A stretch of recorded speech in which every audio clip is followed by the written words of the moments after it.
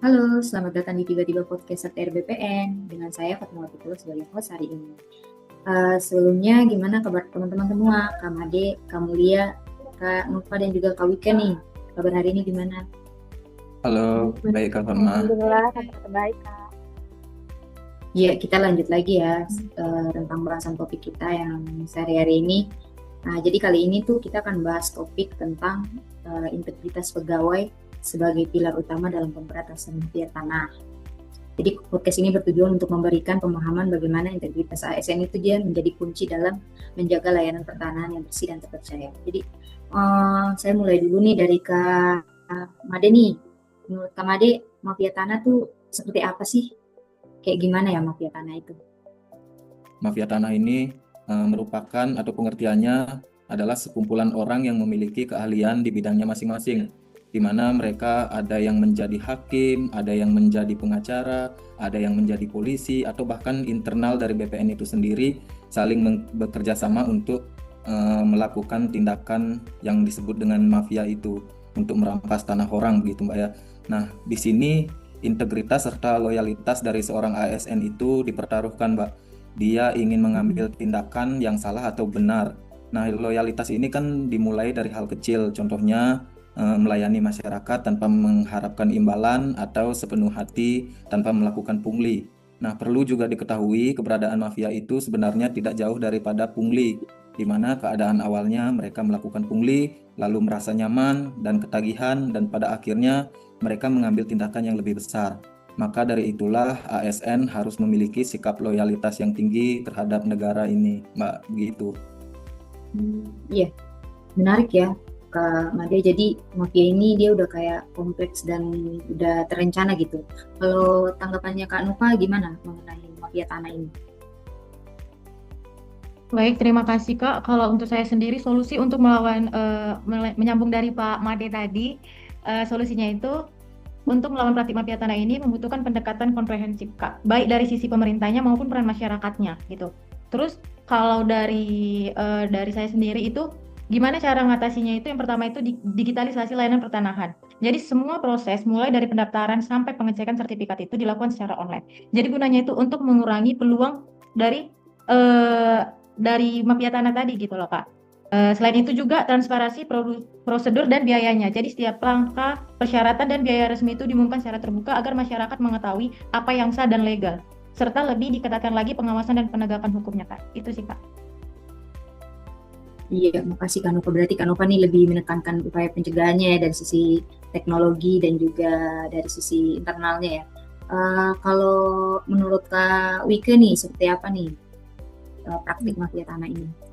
Setuju sih sama apa yang sudah dijelaskan sama Mbak Nufa tadi. Kalau sebenarnya mafia tanah ini bukan hanya dari aparatnya ya, peran dari masyarakat juga penting. Karena tidak dapat dipungkiri karena dalam layanan pertanahan ini masyarakat cenderung menginginkan layanan yang cepat. Ya kan, tidak pengen ribet. Intinya seperti itu. Nah, kondisi ini pasti tentu saja secara tidak langsung membuka peluang bagi para aparat untuk memanfaatkan hal tersebut begitu.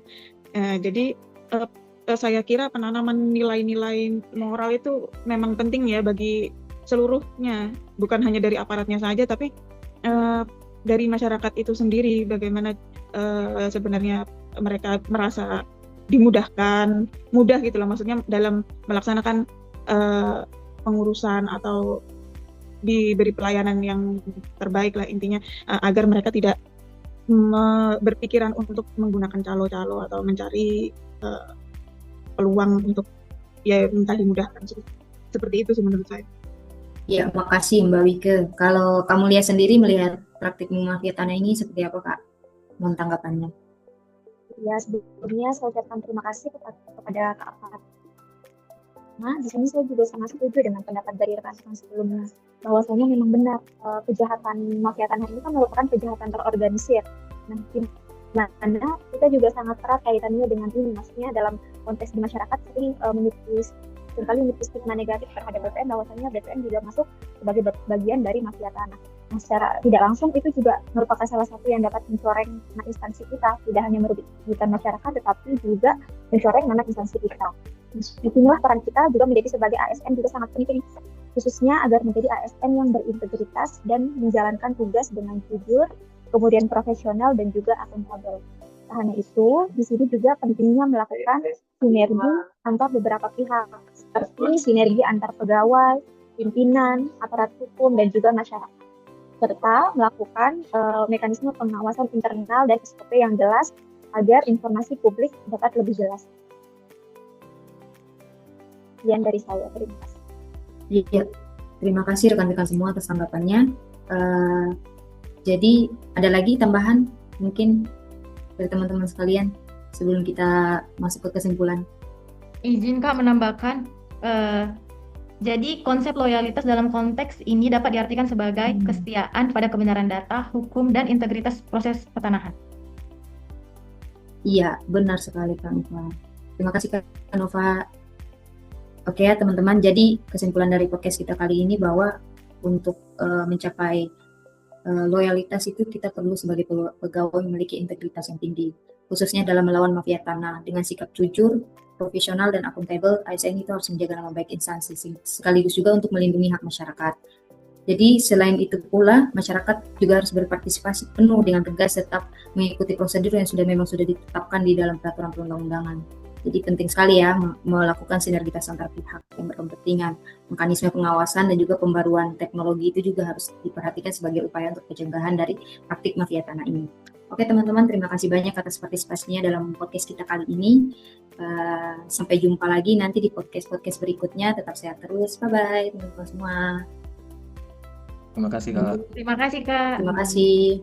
Terima kasih, Kak.